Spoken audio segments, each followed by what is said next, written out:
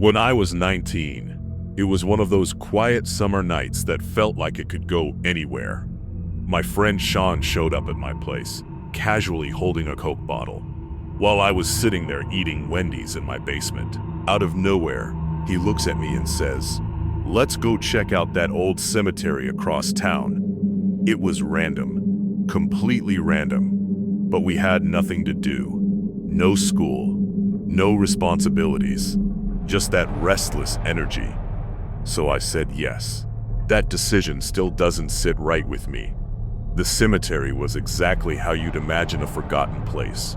Small, ancient, and suffocatingly quiet. Maybe 100 tombstones, all worn down and crooked, dating back to the 1800s. It was surrounded by dense woods, a lonely road, and this abandoned building that looked like it had been rotting for decades. Everything about it felt wrong. The entire place was sealed off by this tall, Gothic metal fence. It wasn't just there to keep people out. It felt like it was keeping something in. We parked far down the road, not saying much anymore. The excitement had already started to fade into something heavier. We cut through the woods, branches snapping under our feet, the darkness pressing in from all sides. When we climbed over that fence, I swear, something shifted. The air felt colder, thicker, and almost instantly, I had this overwhelming feeling, like I wasn't alone. I tried to ignore it at first. I really did. But then I looked toward the abandoned building, and I saw someone, a figure, standing perfectly still in one of the windows, just watching us. The second I focused on it, it ducked down and disappeared. My heart dropped into my stomach. I told Sean, expecting him to freak out, to say we should leave, but he didn't.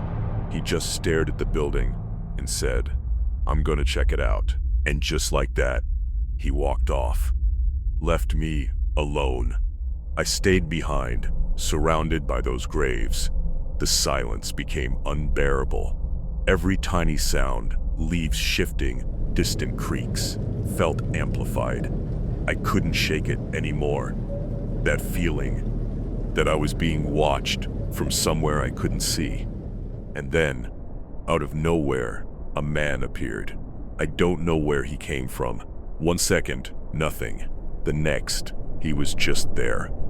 Around 55 years old, pale, a thick mustache, wearing a black raincoat that looked soaked, even though it hadn't rained. And then, he screamed, "Get out!" It wasn't just loud, it was inhuman. The kind of scream that hits you in your chest, rattles your bones. Birds exploded out of the trees. My vision blurred instantly. I felt dizzy, like the ground disappeared under me. And then, everything went black. When I came to, I wasn't on the ground anymore.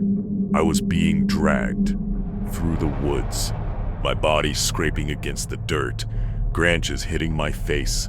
For a split second, pure terror took over. I thought I was being kidnapped. I couldn't breathe. I couldn't think. Until I heard Sean yelling, "Run! Get up and run!" I stumbled to my feet, and we took off. We didn't look back. We didn't speak. But I could hear it. Footsteps behind us.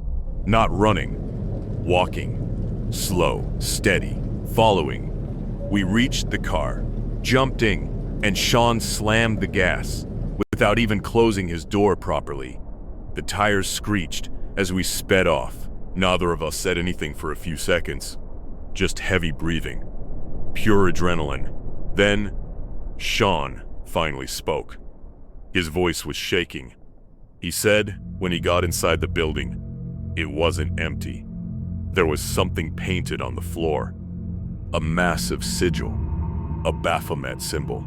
And surrounding it, dolls. Dozens of them. Old, filthy, lifeless dolls. All with button eyes.